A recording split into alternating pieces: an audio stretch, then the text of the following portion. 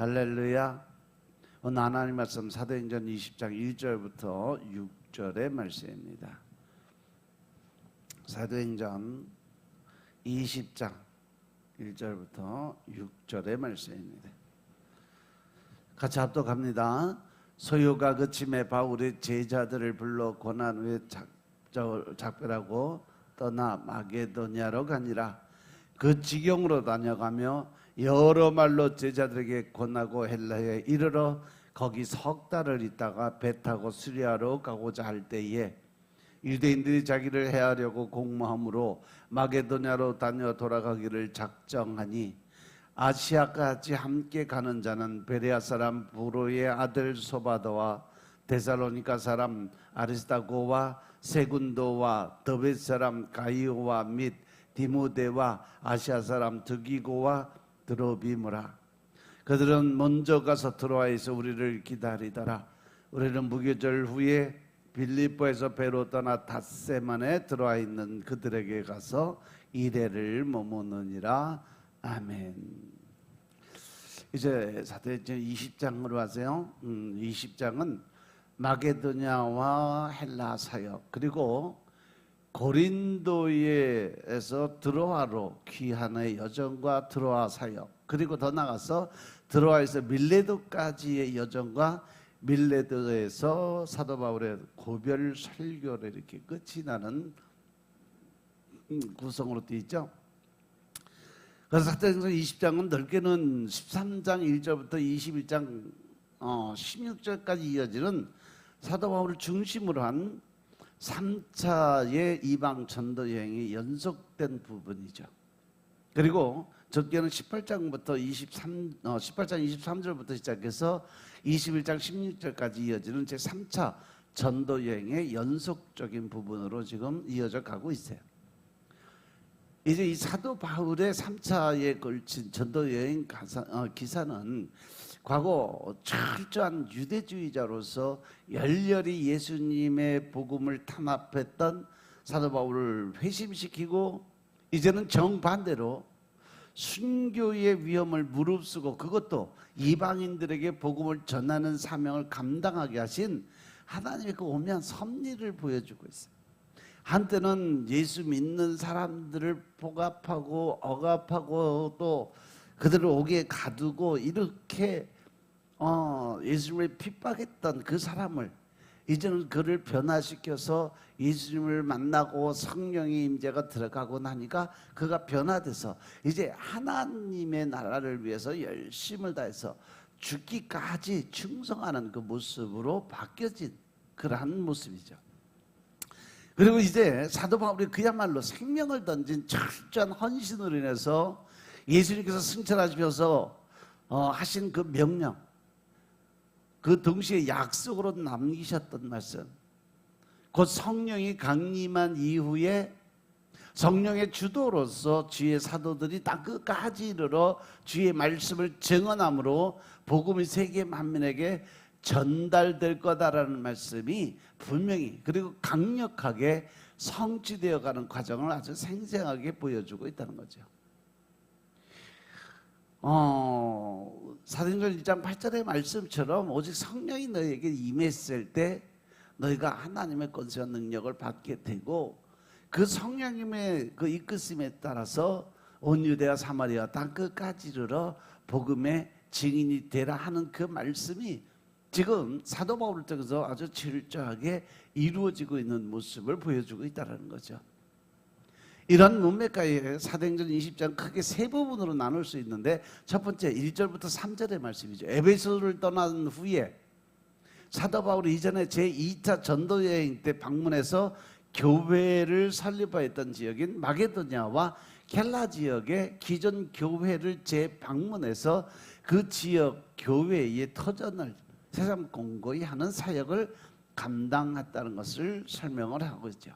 즉 다시 말해서 사도 바울이 이 전도 여행의 특징이 뭐냐면, 교회를 세워놓고 그 교회를 그냥 놔두는 게 아니라 계속 재방문하고 또 방문해서 그들이 신앙의 생활도 점검하고 영적인 상태도 점검하고, 그리고 이제 이 바울 서신이 기록된 모든 것은 로마 감옥에 있을 때 그 감옥에서 정리를 다 해서 편지를 보낸 것 같이 늘 사도 바울은 이 자기 사역에 대해서 최대한 열심으로 관리도 하고 영적 건강도 체크해주고 그러면서 하나님에 들어가는 그 문을 항상 인도하고 있었던 사람이죠.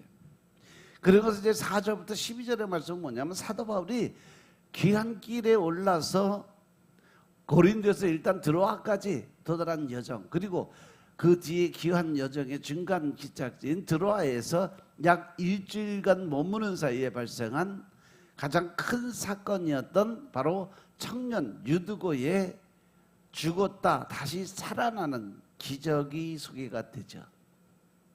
그리고 이제 마지막 13절부터 38절 말씀 뭐냐, 드로아를 떠난 사도 바울의 귀한 여정이 또 다른 기착지인 밀레도에서 성령님을 통해서 자신의 이번 여정이 마지막 선교 여행임을 알고 갔죠. 그래서 사도 바울은 나름대로 자기가 준비를 해요. 자기가 이제 죽고 난 이후에 어떻게 해야 될 것인가를, 특별히 이 사도 바울이 에베소에 아주 많은 미래를 갖고 여운을 남겼던 사람인데, 특별히 그곳에 마게도냐로 바로 이 에베소 교회 장로들을 밀레도로 불러서 일종의 고별 설교를 행하고 다시 길을 떠나는 그러한 사건을 설명하고 있어요. 그래서 전반부 1절부터 3절의 말씀은 아직 교회의 기틀이 공고하지 못해서 넓은 지역에 뿌려진 교회의 씨앗들인 가정 또는 소그룹 형태의 지역 교회들을 사도와 여러 사역자들이 순회하고 목회해야 했던 초대교회의 상황을 잘 반영을 하고 있다는 거죠. 특히 사도행전 20장에 언급된 기간 동안에 사도 바울은요, 고린도 후서와 로마서까지 기록을 한 것이 보였어요.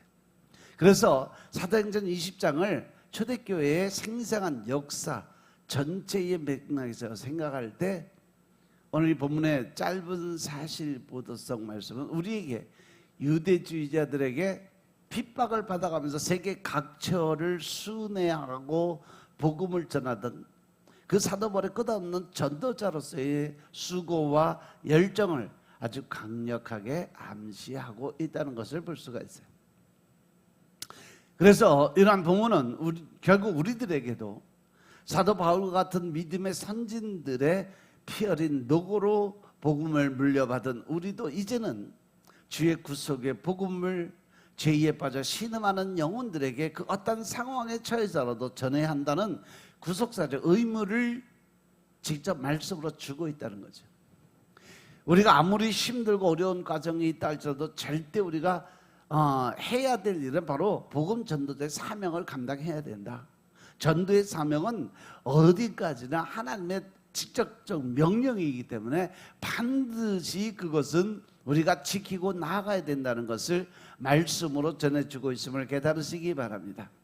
그리고 중반부 4절부터 12절에 귀한 길에 오른 사도 바울의 고린도에서 드로아까지의 여정, 그것을 기록한 것과 일주일간의 드로아 체류 기사는요 우리에게 두 가지 의미의 구속사적 교훈을 전해주고 있어요. 첫 번째 뭐냐, 사도 바울이 누가가 사도 바울이 귀환한 경로와 그 동역자들까지 정확히 묘사한 사실 증명한 것처럼 사도 바울의 행적과 더 나아가서 성경의 모든 기록은 다 역사적인 실제 사건이라는 것을 설명하고 있다는 거죠. 성경이 그냥 뭐 소설이나 누가 이렇게 생각해서 그러한 글을 써놓은 것이 아니라 사실적으로 일어났던 일들을 그대로 설명을 하는 것이 바로 하나님의 말씀 성경이라는 거예요. 따라서 오늘 이 본문에 보도된 유두고가 소생하는 기적도 전혀 가감이 없는 역사적인 실제 사건이었고, 또한 이런 실제 사건의 근거에서 천국 구원의 약속도 역사적으로 실현될 것임을 강력하게 암시를 하고 있습니다. 다시 말해서 유두고가 그 창문에 걸터앉았다가 말씀을 듣다 떨어져 죽어서 사도 바울이 성령의 그 인도하심에 따라 그를 다시 품어서 살려내고 그리고 나서 부활의 생명을 보여주신 것이 앞으로 계속 이렇게 이어질 거고 계속 기적과 이적의 그 모든 것은 다시 이렇게 세워질 것임을 하나님이 말씀을 하고 계시다는 거예요. 한마디로 사도 바울의 여정에 대한 사실 보도 기사는요, 복음과 진리가 단순한 도덕적 아니면 신학적 허구가 아니라 창조에서부터 시작해서 종말까지 이어지는 실제 역사에 근거한 것이라는 것과, 그래서 거기에 기록된 모든 말씀도 다 분명히 다 이루어질 것이라는 진정한 존재로적 기반을 확실하게 가진 진짜 진리의 말씀이라는 것을 다시 한번 강조해서 보여주고 있는 거죠. 그럼 두 번째로 뭐냐? 이 기간 중에 일어난 가장 큰 사건인 유두고의 소생의 기적은 구속사적으로는요, 죄에 휩싸인 인생이 주 안에서 주의 은혜로 아무런 공로도 없이 구원을 얻게 된 것을 상징적으로 보여준 사건이다. 유두고를 통해서 하나님 우리에게 주는 메시지는 뭐냐면, 너희가 이렇게 죽을 수밖에 없는 그러한 존재임에도 불구하고 예수 그리스도를 통해서 다시 부활의 생명을 갖고 다시 재탄생, 즉 다시 말해서 새로운 피조물로 재창조된다는 것을 말씀을 통해서, 이 유두고의 기적을 통해서 우리에게 주시는 메시지라는 거 명심하시기 바랍니다.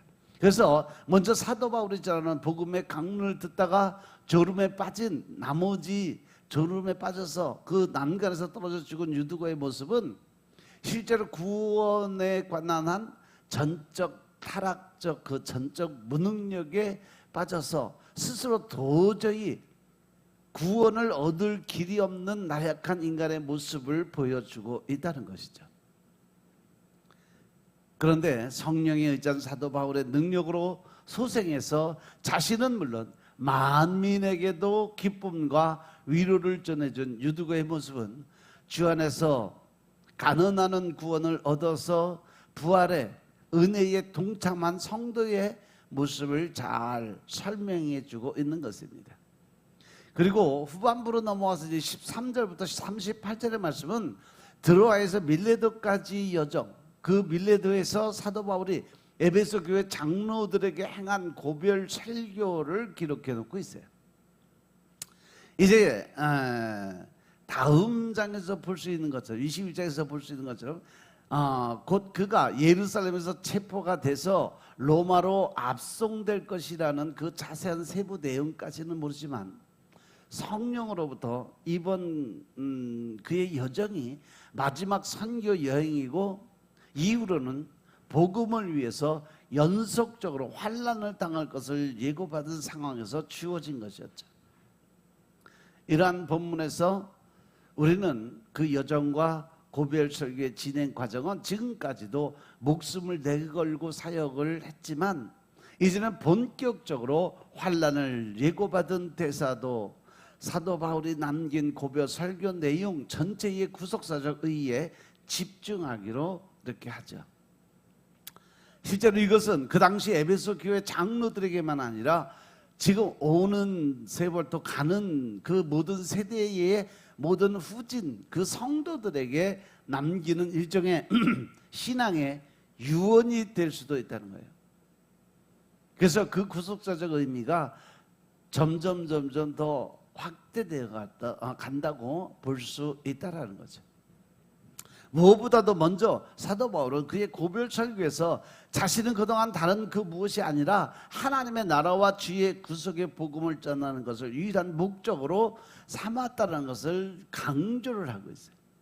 이것은 결국 오고 가는 그 시대에 성도도 하나님의 나라와 주의 복음을 유일 절대 신앙의 기준과 지표로 삼아야 한다는 사실을 강조를 하죠. 그러므로써 구속사의 기준과 근거를 먼저 강력하게 제시를 하는 거죠.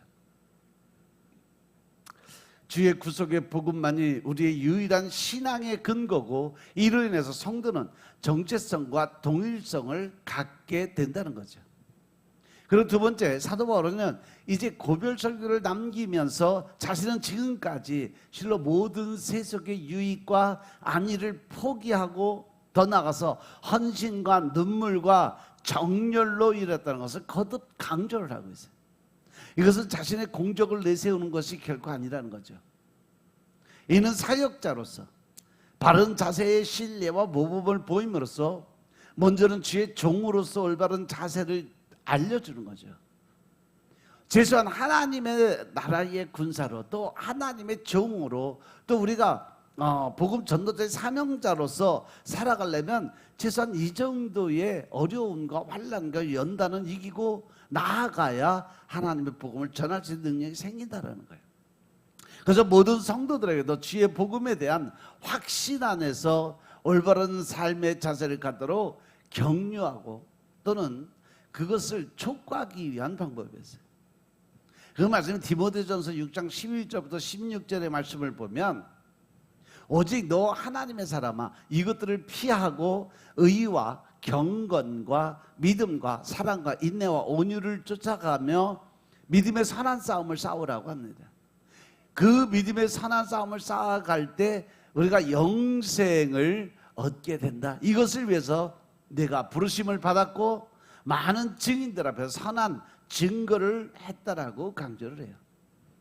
그러면서 만물을 살게 하신 하나님 앞과 본디오 빌라도를 향해서 선한 증거로 증거하신 그리스도 예수 앞에서 내가 너를 명하노니 우리 주 예수 그리스도 나타나실 때까지 점도 없고 책망받을 것도 없이 이 명령을 지켜라 라고 얘기해요. 디모데서 6장 15절에 보면, 기약이 이르면 하나님이 그의 나타나심을 보이시겠다라고 말씀하시면서, 하나님은 복되시고 홀로 한 분이신 능력자, 그리고 만왕의 왕이시고 만주의 주가 되시는 분이고, 오직 그에게만 죽지 아니함이 있고 가까이 가지 못할 빛에 거하시고 아무 사람도 보지 못하고 또 볼 수도 없는 자시니 그에게 존귀와 영원한 능력을 돌릴지어다 라고 설명을 해요. 즉 하나님의 구속사에 동참한 사람의 올바른 삶에 대한 교훈을 주기 위해서 이 말씀을 기록해 놨다는 거죠. 그렇다면 이 시간 동안 동일한 하나님의 구속의 은혜를 얻어 천국을 사모하는 나는 과연 사도 바울과 같은 삶의 모습을 갖고 있는지, 진짜 내가 죽기까지 하나님의 복음을 위해서 충성할 준비가 되어 있는지, 더 나아가서 어떤 환난과 연단과 고난의 그 시간이 온다 할지라도 내가 진짜 하나님의 자녀로서, 또 하나님의 복음 전도자의 사명자로서 내가 하고 있는 것이 무엇인가를 한번 돌아보라는 거예요. 그리고 세 번째가 뭐냐, 사도 바울은 이제 자신의 지도와 도움 없이 교회를 꾸려나가야 될 장로들에게 먼저 나 자신을 삼가고 곧 절제하고 근신하면서 교회를 향한 핍박과 이단의 도전으로부터 교회를 보존시킬 것을 지시를 하는 것이 바로 28절부터 30절의 말씀이에요.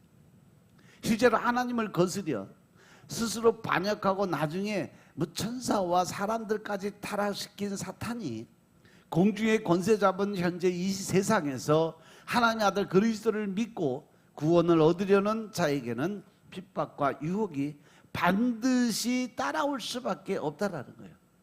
예수님을 믿는다 그래서 무조건 다 잘되고 평안하고 기쁘고 즐거운 삶을 살아간다는 것이 아니라, 예수님을 믿게 됨으로 인해서 사단의 공격이 그만큼 세지고 강해지니까 그것을 통해서 그것을 이기는 자만이 하나님의 나라에 들어갈 수 있다는 거죠. 따라서 오고 가는 세대의 성도들도 먼저 자신을 절제하고 나아가서 교회의 수호자로 살아야 될 것임을 강조를 하고 있는 거예요. 그 끝으로 32절에서 사도 바울은요, 그리스도 예수님에 대한 확신 안에서 주와 주의 교회를 위해서 애쓰는 자에게 영원한 기업이 있을 것이다 라고 보증을 하고 있어요. 우리는 인간이 만든 이념이나 한 시대의 도덕을 믿거나 아니면 거짓신을 믿는 것이 아니라 전 우주를 창조하시고 지금도 섭리하고 이끌어 가시는 살아계신 하나님을 믿는다는 것을 강조하고 있던 거예요. 따라서 삼위일체 하나님을 믿는 성도의 신앙은 반드시 천국에서 전 인격적의 존재론적 구원으로 열매를 맺게 될 수밖에 없다. 이것은 하나님이 태초부터 종말까지, 그래서 예수님을 통해서 모든 택한 자의 구원을 위해서 진행시키는 구속의 역사, 곧 구속사를 깨닫고 믿는 사람들, 곧 성도인 우리들에게, 그리고 성도들에게만 보장되는 구속사적 희망의 말씀인 것임을 깨달으시기 바랍니다. 현재 사도 바울이 이미 3차 전도 여행의 기환 도중에 이제 곧 자신이 체포될 사실, 그리고 또 환난을 당한 사실을 이처럼 미리 고별 설교까지 행할 정도로 분명히 알고서도 이것을 피하지 않고 예루살렘으로 귀환해서 로마로 잡혀서 갈 때까지, 그 의미에 대해서는 이제 21장에서 보는데, 이번에 20장에서는 하나님과 이 사도 바울, 그것을 통해서 하나님이 사람들을 구원하기 위해서 어떻게 세상에 메시지를 주고 있는 것인가를 저희 20장에서 주로 이제 다루게 될 거예요. 근데 1절부터 설명하는 것은 내일 다시 설명을 해드리겠습니다. 기도드리겠습니다. 사랑의 아버지 하나님, 감사드립니다. 오늘도 사도 바울을 통해서 하나님 나라의 뜻을 깨닫고 알게 하시니 감사합니다. 우리가 신령한 진정의 마음으로 하나님의 뜻을 깨닫고 말씀 안에서 주님이 계획하시고 뜻하신 일들을 깨닫고 알게 하여 주옵소서. 사도 바울을 도와주시고 또 예수님의 모든 사역을 동참하신 성령님께서 이 시간 이곳에 임하여 주셔서 우리의 모든 삶도 책임져 주시고 인도하여 주시고, 또한 하나님의 사역에 동참할 수 있도록 능력을 부어 주옵소서. 그래야 저들이 하는 일마다 늘 형통의 복으로 채워주시고 이제 더 큰 하나님의 사랑을 나누고 베푸는 자들의 삶을 예수님처럼 살아가게 축복하옵소서. 오늘 저들에게 복음의 전신갑주 입혀주시고 성령의 삼중보막 쳐주시고 예수 그리스도의 보혈의 피를 뿌리고 바르고 덮습니다. 보혈의 피의 능력이 저들에게 나타내 보여질 수 있도록 주님이 축복하옵소서. 모든 말씀 우리 주 예수 그리스도의 이름으로 감사드리며 기도드렸사옵나이다. 아멘.